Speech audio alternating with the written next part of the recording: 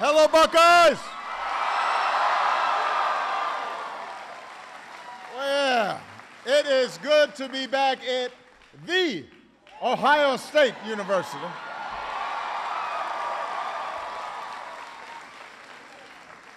I love you back. I am thrilled to be here. I want to thank a couple of people. First of all, the outstanding Mayor of Columbus, Michael Coleman, is here.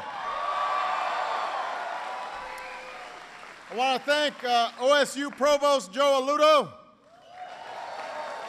And I just got this extraordinary tour from Giorgio Rizzoni, who's the director of the Center for Automotive Research. So give him a big round of applause. Now, let's face it, a presidential visit isn't even close to being the biggest thing this weekend on campus. And despite what VJ said, I did have the Buckeyes heading to the Final Four. I'm just saying. I think Sellinger's going to have a big game tonight. And I promise you I didn't do it because I knew I was coming here, because I am cold-blooded when it comes to filling out my brackets. So I genuinely think you guys are looking good. And by the way, I just read somewhere that 1 in every 4 teams in the Sweet 16 is from Ohio. You got Ohio State, Ohio University, Xavier's in that. Cincinnati.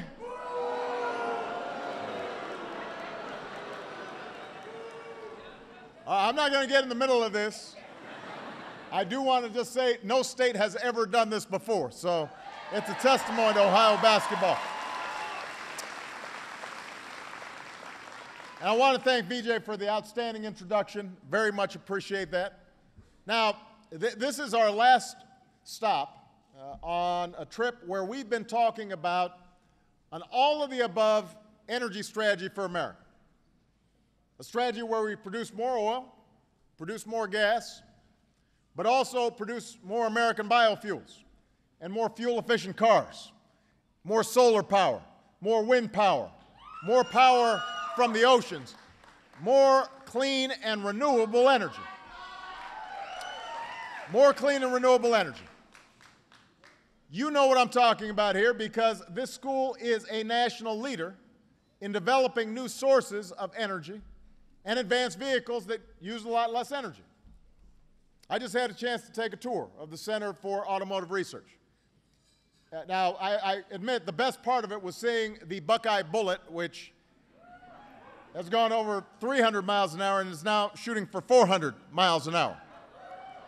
And I asked the guys who were helping to design this whether Mom was going to let them actually test drive this thing, and the answer was no.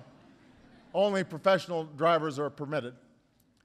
But for anybody who's not familiar with this, the Buckeye Bullet is the fastest electric car in the world. The fastest in the world. I don't know who's going to need to go that fast,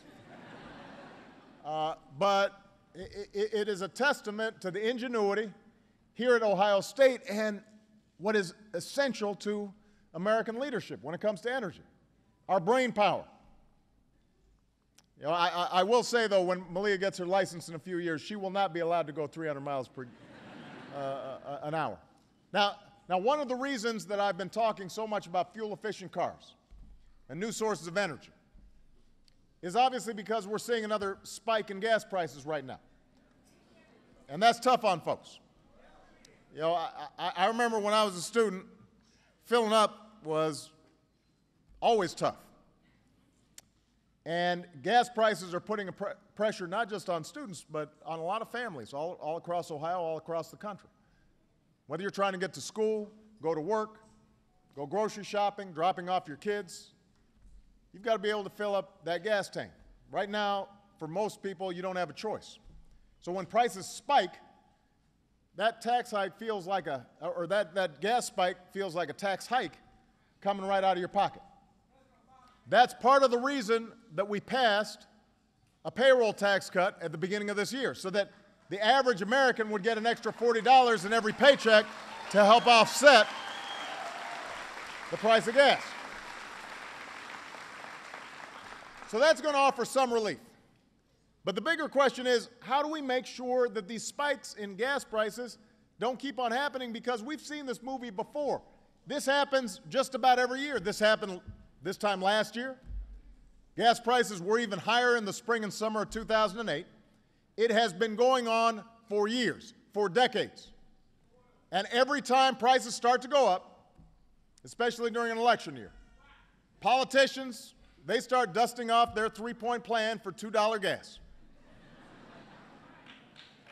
Although this year they decided it was going to be $2.50. This year they decided it was going to be $2.50.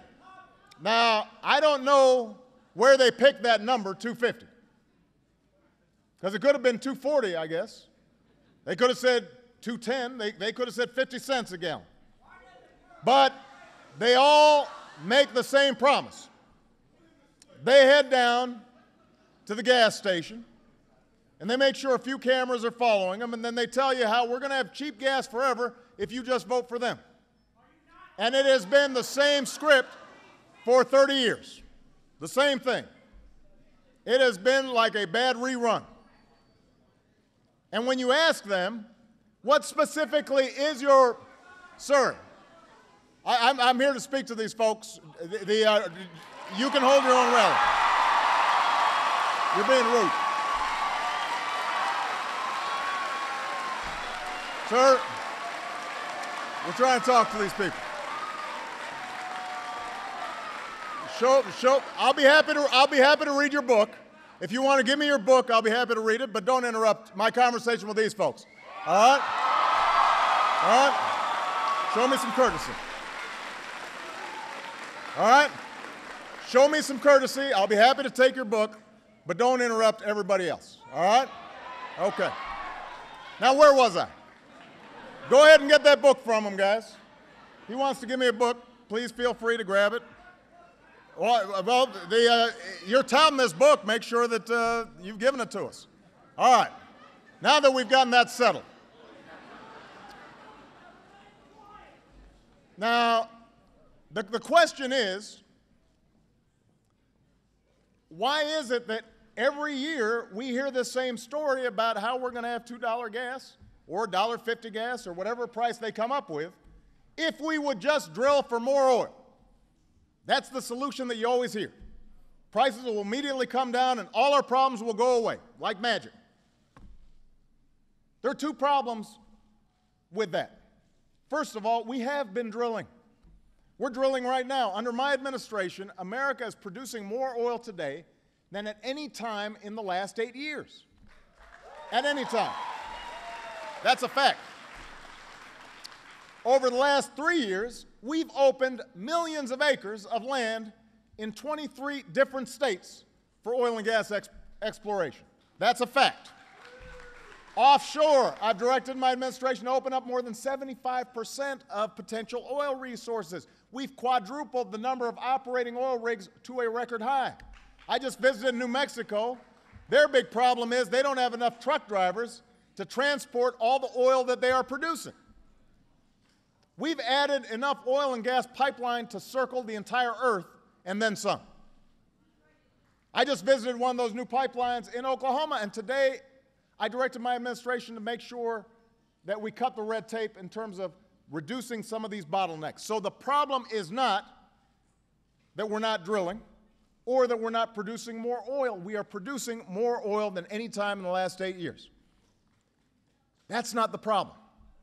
There are probably a few spots where we're not drilling, it's true. You know, I'm not drilling in the South Lawn. We're not drilling next to the Washington Monument. We're not drilling in Ohio Stadium.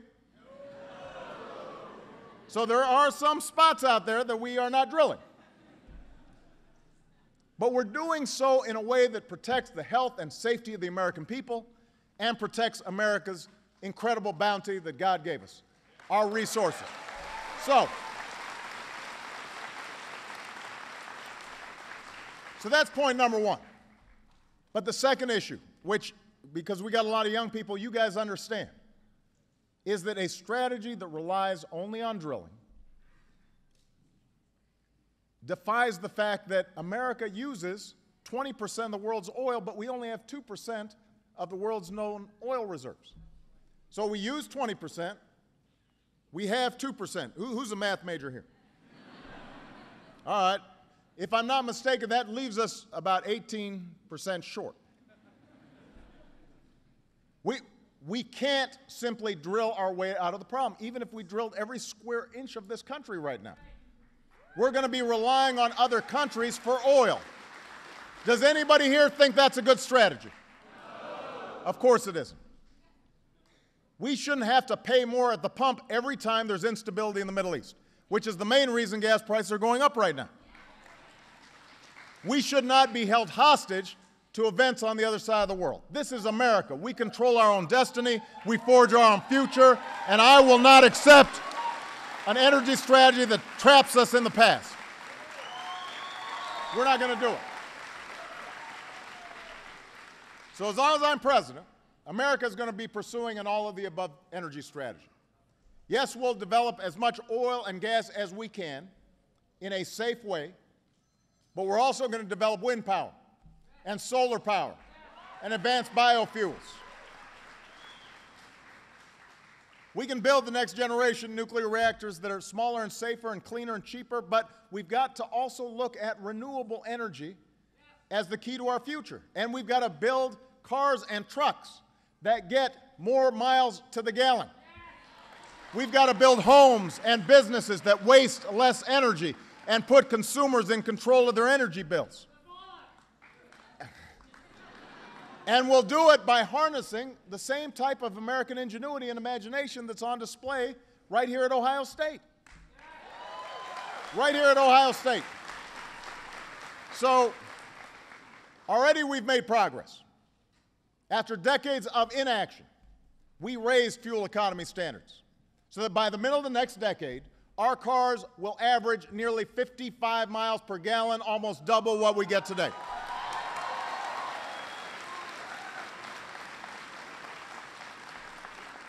That means you'll be able to fill up your car every 2 weeks instead of every week. You like that? That will save the average family about $8,000 at the pump over the life of a car, which is real money. To use even less oil, we're going to have to keep investing in clean, renewable, homegrown biofuels. And already we're using these biofuels to power everything from city buses to UPS trucks, even to Navy ships. And the more we rely on these homegrown fuels, the less oil we buy from other countries, and the more jobs we create right here in America. We also need to keep investing in clean energy like wind power and solar power. I just visited the biggest American solar plant of its kind in Boulder City, Nevada. It's powering thousands of homes. It put hundreds of local people at work. There are thousands of companies like that all across America. And today, thousands of Americans have jobs because of public investments that have nearly doubled the use of clean energy in this country. And as long as I'm president, we are going to keep on making those investments. I am not going to cede the wind and solar and advanced battery industries to countries like China and Germany that are making those investments. I want those technologies developed and manufactured here in Ohio, here in the Midwest, here in America, by American workers. That's the future we want. So all these steps have put us on a path of greater energy independence. Here's a statistic I want everybody to remember. Since I took office, America's dependence on foreign oil has gone down every single year. In 2010, our oil dependence was under 50% for the first time in 13 years. Even as the economy was growing, we've made progress in reducing the amount of oil that we have to import because we're being smarter. We're doing things better. But now we've got a choice. We can keep moving in that direction, We can keep developing new energy and new technology that uses less oil, or we can listen to these folks who actually believe that the only thing we can do is drill our way out of this problem. In fact, they make fun of clean energy. They call the jobs produced by them phony jobs. They make jokes about them at their rallies. Lately, we've heard a lot of politicians, a lot of folks who are running for a certain office, they shall go unnamed. They dismiss wind power, they dismiss solar power. They make jokes about biofuels. I guess they like gas guzzlers because they're against raising fuel standards. Imagine if these guys had been around when Columbus set sail. They'd be charter members of the Flat Earth Society. They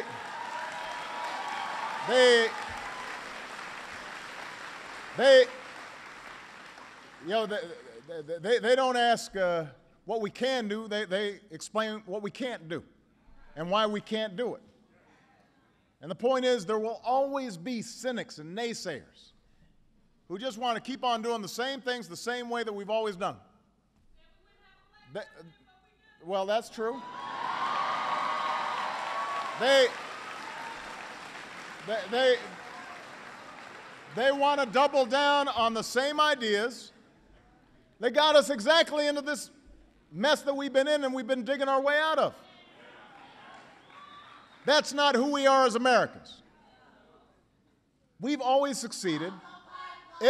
We've always succeeded because we refused to stand still. We put faith in the future. We are inventors, we are builders, we're makers of things. We're Thomas Edison and the Wright brothers and Steve Jobs.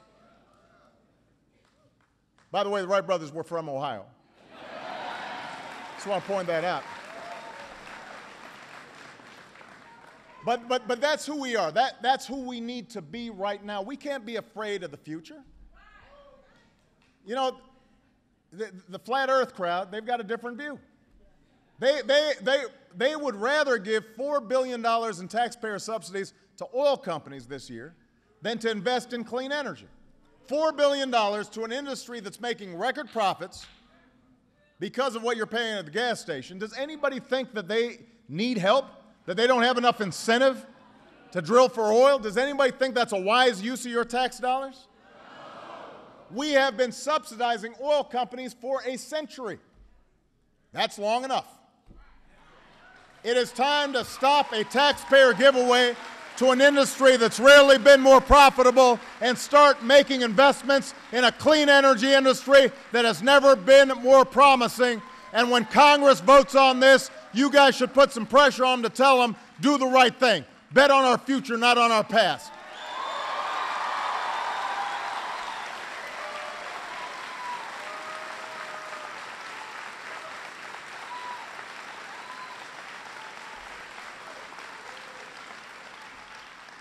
Put them on record. They can either stand with the oil industry or they can stand with the American people.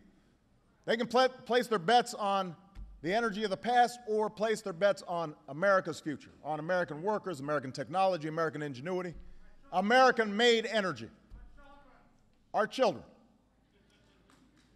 You know, that's the choice we face.